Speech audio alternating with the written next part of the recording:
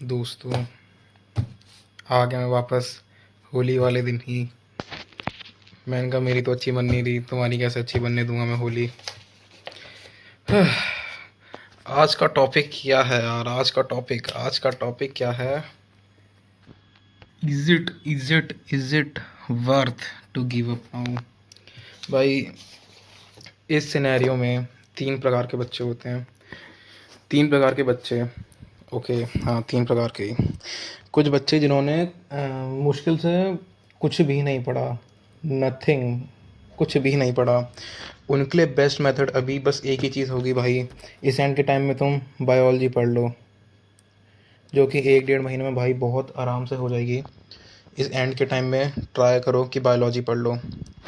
और भाई, अगर तुम एक दूसरे प्रकार के बच्चे हो जिसका कुछ कुछ हो भी रखा है, कुछ कुछ कुछ, भाई मेरी हिंदी जज मत करना, कुछ कुछ हो रखा है, तो भाई तुम्हारे लिए बेस्ट मेथड है, पहला बायोलॉजी कंप्लीट करो, सेकंड केमिस्ट्री, थर्ड फिज़िक्स। सबसे बेस्ट है कि भाई तुम पहले जितना कर सकते हो पहले उतना बायोलॉजी और केमिस्ट्री में कर लो, फिर फिज़िक्स पे आना आराम से, क्योंकि फ़िज़िक्स हार्ड सब्जेक्ट है। फ़िज़िक्स हार्ड सब्जेक्ट है।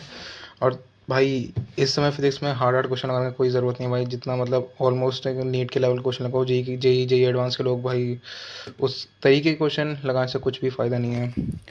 और तीसरे प्रकार के हैं, उन्हें आता है अच्छा खासा आता है, पर कॉन्फिडेंस बिल्कुल नहीं है। देखो, ये लोग हैं, ये भाई सिर्फ बायोलॉजी पढ़ो, जितना बायोलॉजी पढ़ सकते हो बायोलॉजी और केमिस्ट्री कर लेना, जितना हो सके भाई। क्योंकि ये टाइम है ना, ये टाइम एक्चुअल में इस टाइम पे प्रेशर बहुत रहता है। अगर तुम इस सारे इस प्रेशर को झेल गए और तुम सोचो नेक्स्ट ड्रॉप लेने की, तो तुम्हारे लिए सबसे बेनिफिशियल रहेगी ये चीज़ कि नेक्स्ट ड्रॉप में कि तुम इस समय पे एटलीस्ट पैनिक नहीं कर रहे होगे ऐसे। और बाकी ये जो बच्चे हैं भाई, जिनकी मतलब हाँ लग रहा है शायद हो जाए शायद ना हो, तो भाई इनके लिए सबसे बेस्ट है कि एंड टाइम पे भाई तुम पढ़ लो 16 17 घंटे। और अगर तुम इस समय पे भी तुम अगर वो चला लो ना वाई टी इंस्टा वगैरह, तो भाई प्लीज़ बंद कर दो, कोई फ़ायदा नहीं है भाई। नीट के बाद 4 महीने आराम से काउंसलिंग से पहले मिलते हैं भाई।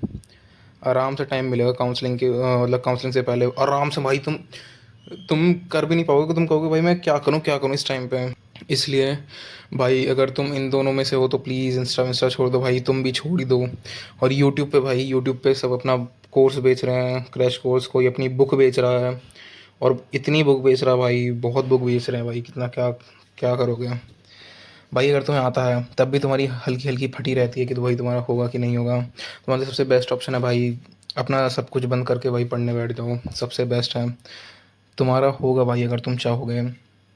और तुमने इस लास्ट 1 2 महीने में गिव अप कर दिया ना, तो ट्रस्ट मी नहीं हो पाएगा, ऑब्वियस सी बात है।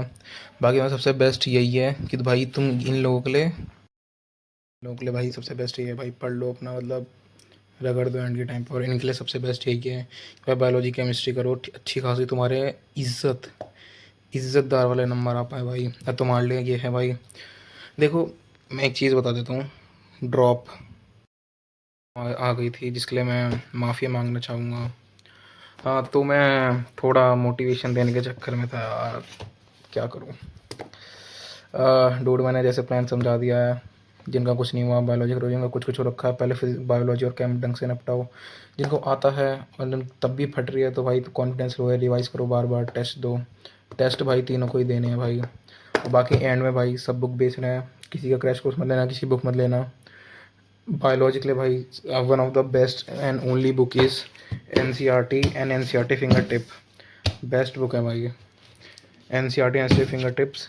केमिस्ट्री तुम्हारी बायोलॉजी के लिए बेस्ट है डूड, इससे अच्छी किताब कोई नहीं है ब्रो। This is sufficient. तुम किसी भी टॉपर की उसमें जाओगे तो भाई सब लोग फिंगरप्रिंट्स ही बताते हैं भाई, मैंने खुद देखा है।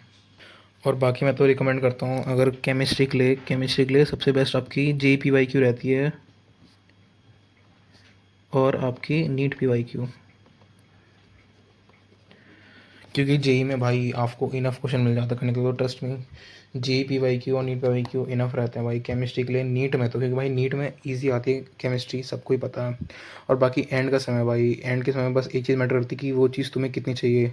ये तुम क्या तो ये तो तुम ही जानते हो भाई, ये तुम्हारे पेरेंट्स नहीं जानते, तुम्हारे टीचर्स नहीं जानते हैं, ना तुम्हारे घर वाले जानते हैं। तो ट्रस्ट में अगर तुम चाहते हो तो भाई उखाड़ लो। बाकी भाई इस टाइम पे गिव अप तो बिल्कुल मत करना।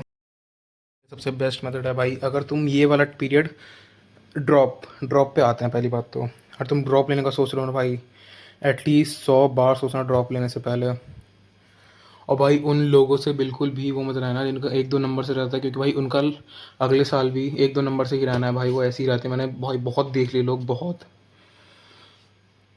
बाकी भाई तुम्हारे लिए बेस्ट सजेशन है भाई, आगे बढ़ो, नई फील्ड ट्राई करो। बहुत फील्ड है भाई, ऐसा नहीं कि तुम डॉक्टर नहीं बने तो कुछ नहीं होगा भाई। डॉक्टर की भाई तुम पता हो, तुम फर्स्ट जनरेशन डॉक्टर हो अपनी फैमिली की, तुम्हें पता होगा भाई कितना आराम से तुम्हारी एज स्टेबल होने तक भाई 40-45 हो ही जाती है भाई। किसी भी एक्सपीरियंस डॉक्टर से पूछ लें नई चीज़।